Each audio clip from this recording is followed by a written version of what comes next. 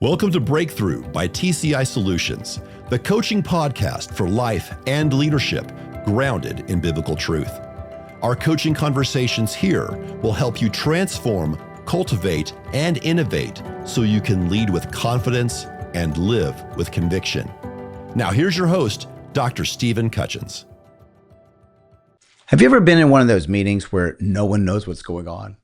A recent study found that 46% of people would rather get a root canal than sit through another bad meeting, which tells you two things. Number one, people hate bad meetings. And number two, apparently Novocaine is easier to schedule than a clear agenda. And I'll be honest, I've led some of those meetings. Guilty as charged, the kind where I could tell everyone was wanting to sneak out early. And I've been in those meetings on the receiving end when I'm sitting there thinking, what am I doing here? And what is my role in this meeting? And honestly, what wrong turn in life did I take that I would even end up in this meeting? We've all been there, confused, frustrated, stuck, trapped, checking out how long it is until lunch or the end of the day, just wondering, when is this meeting going to end? And of course, there's always that one person who asks the brand new question about a totally different topic right when the meeting is supposed to end. And usually they start with something like, I think this will just take one more minute, but... And you know what's going to happen. And here's the real issue. It's clarity. When clarity is missing, it doesn't just waste time, it costs trust. And trust is built in drops, but it's lost in buckets. And that's why clarity is kindness. Not just kindness for you, but kindness for everyone that's a part of the meeting, even if it's a family meeting. When the leader is foggy, everyone feels the mist. As a preacher, I tell younger preachers that, a mist in your pulpit is going to cause a fog in the pew. If you don't know what you're talking about, they're not going to figure it out. So here we're going to clear the air today. That's our whole point. If you've ever felt stuck or scattered or just plain foggy, you're not alone. You could be overloaded at work with opportunities or obstacles, or your family calendar could be filling up a little too much. It's just a little too busy, like that group text that you're in every once in a while where everyone's trying to text at the same time and nobody's on the same page. Some days my brain feels like a browser on a computer with like 27 tabs open, and 3 of them got a spinning wheel and they're frozen, and somehow music started, and every time I open my email, the music gets louder. It's just like, that's what it feels like sometimes in our brains. That's why this conversation matters so much. See, what's at stake is, realizing that clarity isn't automatic. It's got intention behind it. And by the end of this episode, you'll know how to name the fog in your life, break some of the bad choices and habits that cause it, and then set a pace and a path that you can actually walk, naming it, breaking it, and walking it out with clarity. And we're not just talking about theory here. We're talking about deep truths. The scripture is actually the best fog lights to get the fog out of your way and find clarity. Paul in 2 Corinthians 10:5 says that we should take every thought captive because clarity begins in the mind. In fact, James in chapter 1 says that a double-minded person is actually unstable because their divided focus creates this instability. And divided focus destroys clarity. And Jesus really points toward the inner part of our life and focusing on the individual first. And in Matthew 7, for example, he says that we need to deal with the log in our own eye before we point the speck out in somebody else's. And in Malachi chapter 3, it widens that out, and it says that it's important to get your house in order because clarity begins at home. And here's the truth. God is not the God of confusion. God is the God of clarity. And clarity, it's kindness. And it's not just kind, it's contagious. So let's name some of the fogs that we deal with. What do you hear and think of when you hear the word chaos? When you hear the word chaos, what or who, perhaps, comes to mind? Now, for those of you that know me and my family, you know that I live with all women. That means a lot of things.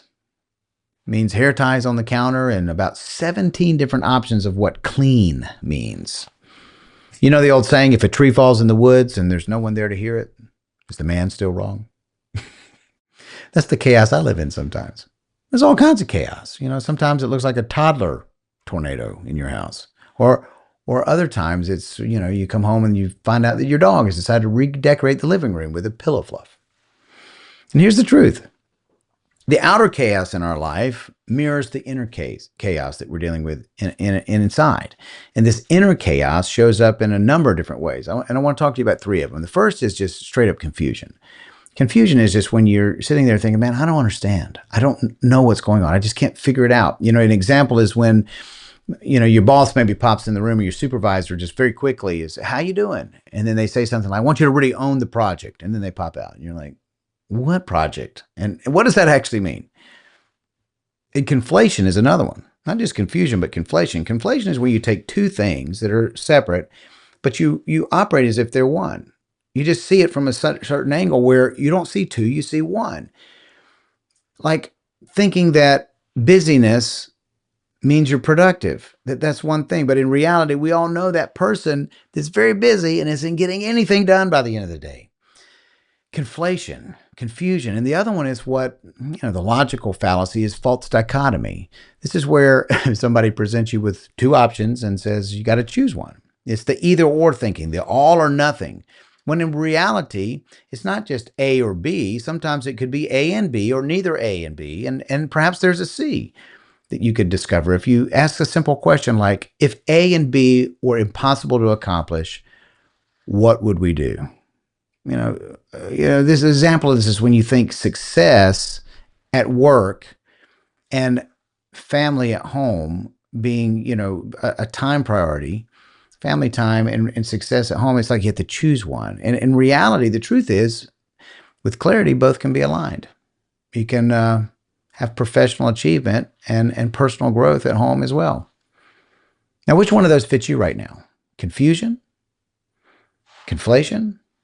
Or maybe a false choice that you're being forced to answer? Name it in your mind. If I'm unclear in any of those ways, the people around me are the ones that actually pay the price. Michael Hyatt says communication isn't what you say, it's actually what people are hearing, what they're experiencing when they're around you. And that's why I love to ask myself questions like, what's it like to be on the receiving end of Stephen? If Stephen reported to Stephen, would Stephen know what matters this week? Would I know what to do and what not to do?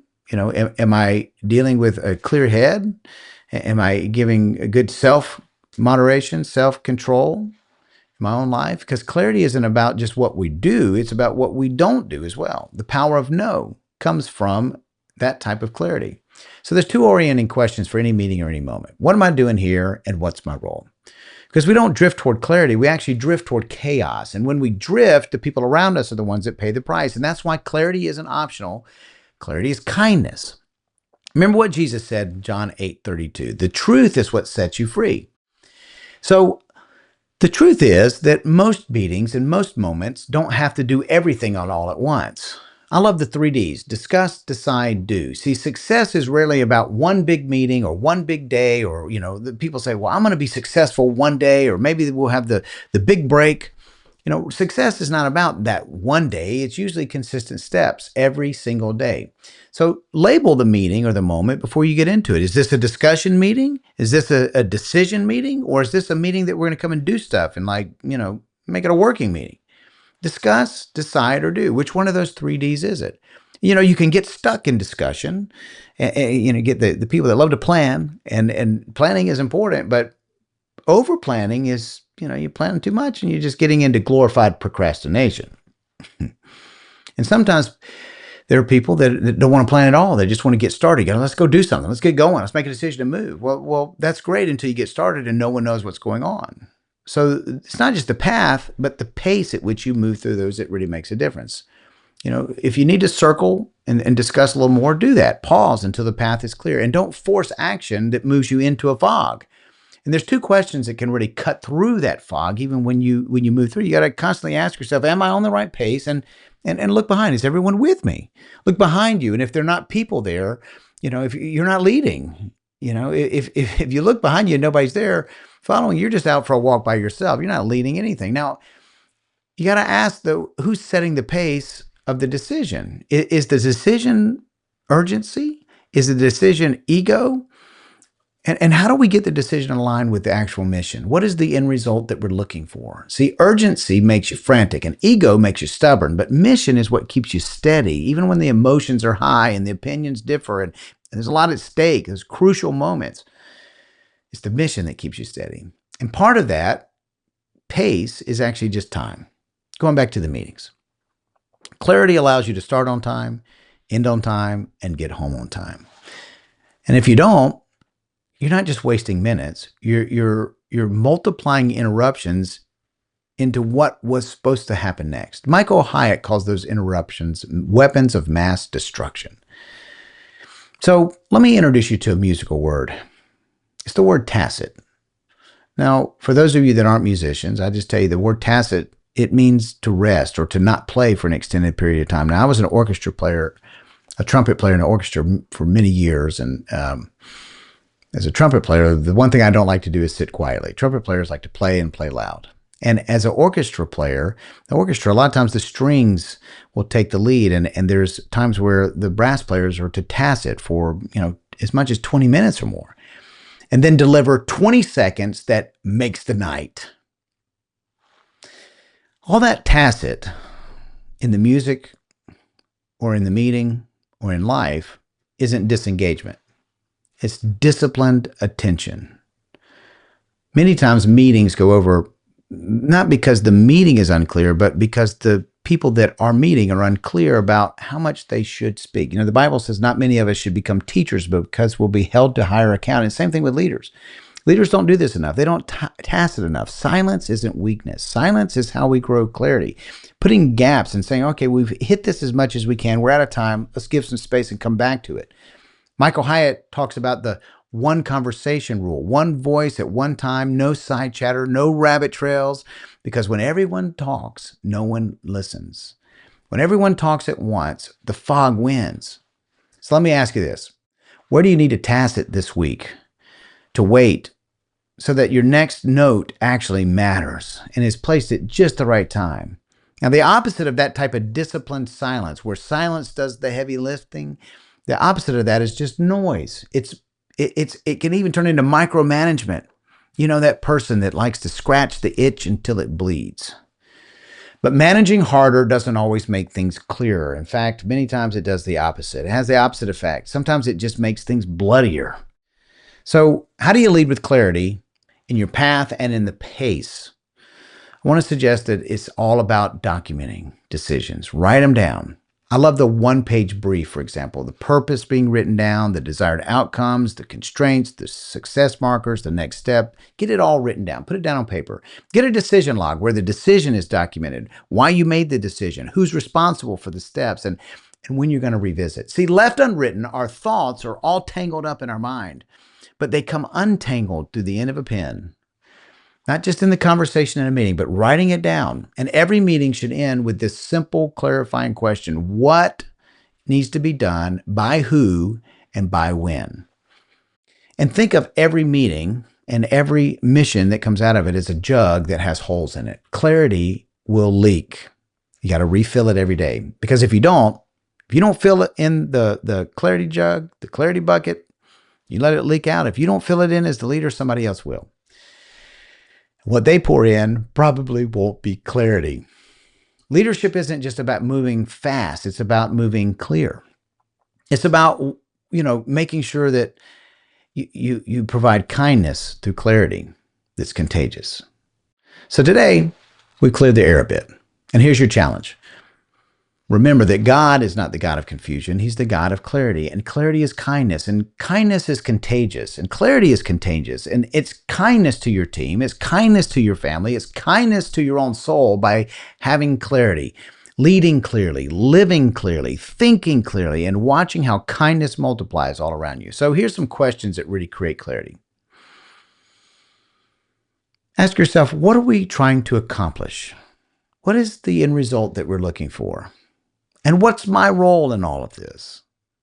And are we discussing, deciding, or doing? And then after the meeting, discussion, maybe ask the person on the other side of the conversation, what did you hear me say? Or this is a really good one. What questions can I answer to provide more clarity to you? And here's an anchor for all this. Truth doesn't mind being questioned, only lies do. So find a safe place with yourself. Give yourself the gift of time and reflection and watch clarity present itself. Take a moment and evaluate your circle of influence and consider what it would mean to live more clearly and lead more clearly, because clarity is kindness, and kindness and clarity are contagious. I'm Dr. Stephen Cutchins, and this is your invitation to Breakthrough by TCI Solutions. Thank you for joining us for the Breakthrough Podcast. If today's coaching conversation inspired you, please like, subscribe, and share our channel. For more insights and encouragement, follow Dr. Stephen Cutchins on your favorite social media platforms. Until next time, keep leading with confidence and conviction.